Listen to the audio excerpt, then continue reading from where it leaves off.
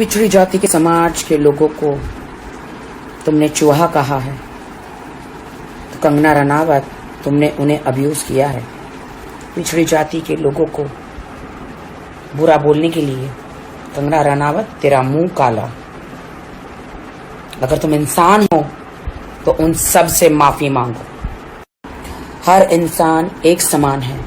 जब ऊपर वाला ईश्वर हर एक इंसान को सूरज की किरणें और चांद की रोशनी देता है, तो कंगना रनावत तुम कौन होती हो?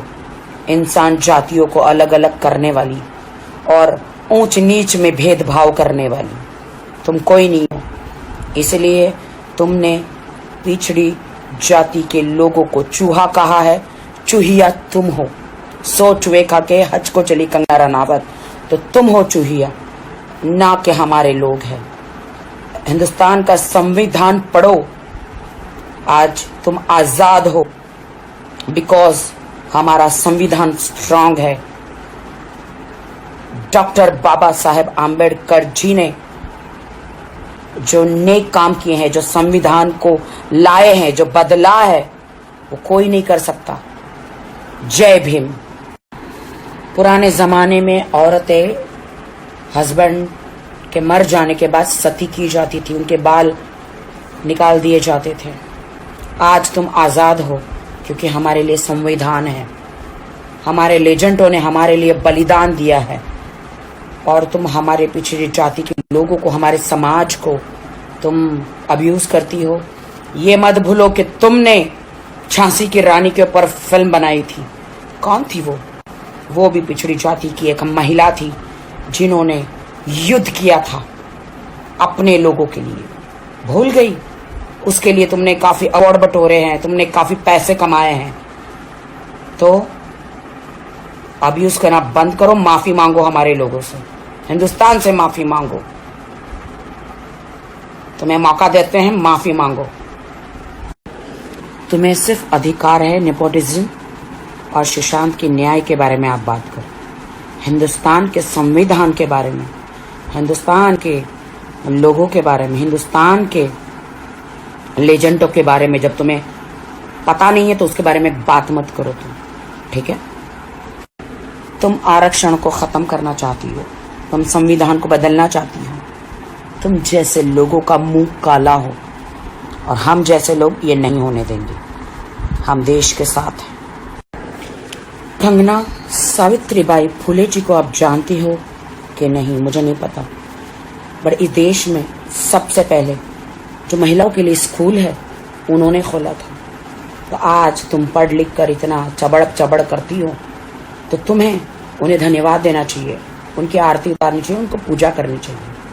क्योंकि पिछले जमाने जो पहले हुआ करता था कि औरत विधवा हो जाती तो उन्हें कोने में बिठा दिया जाता था, उनका खाना पीना अलग हुआ करता था, उनके बाल मुंडवा दिए जाते थे, उनको सती कर दिया जाता था।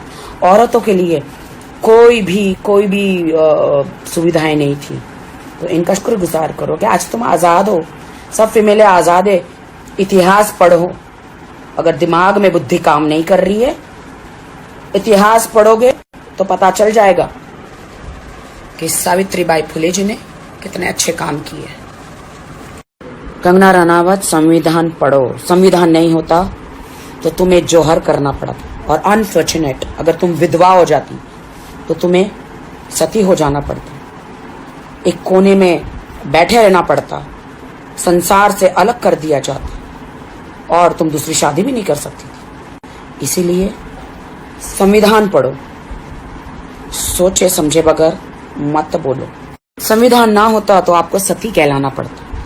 संविधान ना होता तो आप ये पढ़ लिख कर स्कूल भी नहीं जा पाती, कुछ नहीं कर पाती। यहां तक जो बॉलीवुड में आके जो तुम स्टार बनी हो, हम बने हैं स्टार, जितने भी स्टार बने हैं लोग, संविधान नहीं होता तो इतने कामयाब भी हम नहीं होते और महिलाएं खास करके इतनी आगे नहीं बढ़ पाती। बहुत सारे लोगों की माओं ने बर्तन मांजकर, सड़कों पर झाड़ू लगाकर अपने बच्चों की परवरिश करी है। तो उन लोगों को तुम अब्यूज मत करो। ईश्वर न करे कि तुम्हारी माँ ने ऐसा कुछ तुम्हारे लिए किया हो लोगों के बर्तन मांजकर, सड़कों पर झाड़ू लगाकर, लोगों के टॉयलेट धोकर तुम्हें पढ़ाया हो। अगर तुम्हें अच्छी परवरिश मिली है तो वो संविधान को धन्यवाद कहो, ईश्वर को धन्यवाद कहो। तो दूसरों को, पिछड़ी जाति के समाज को तुम अब्यूज मत करो। झांसी की रानी में जो असली किरदार जो निभाया था उजलकारी बाई, वो एक बहुजन समाज की बेटी थी जो अपने लोगों के लिए लड़ी थी। तो क्या ये आप भूल गई? तो आप सुशांत के लिए न्याय मांगो, उसके खूनी को तो हम भी ढूंढ रहे हैं। 4 फोटो मोदी जी के साथ क्लिक कराने से आप देश के प्रधानमंत्री नहीं बन जाएगी। तुम 4 फोटो तुमने क्लिक कराए, हम तो मोदी जी के पास उधर जाके हम उनको खुद मिलकर आए हैं। और मोदी जी से एक बार नहीं 2-3 बार हम मिले हैं, लेकिन हमने कभी नहीं सोचा कि हम देश को हाथ में ले लेंगे। मोदी जी के साथ 4 फोटो खिंचवाने से, मोदी जी को 2-4 बार मिलने से तुम खुद को प्रधानमंत्री समझ के बैठी हो क्या? गलतफहमी में जीना बंद करो कंगना रनावत।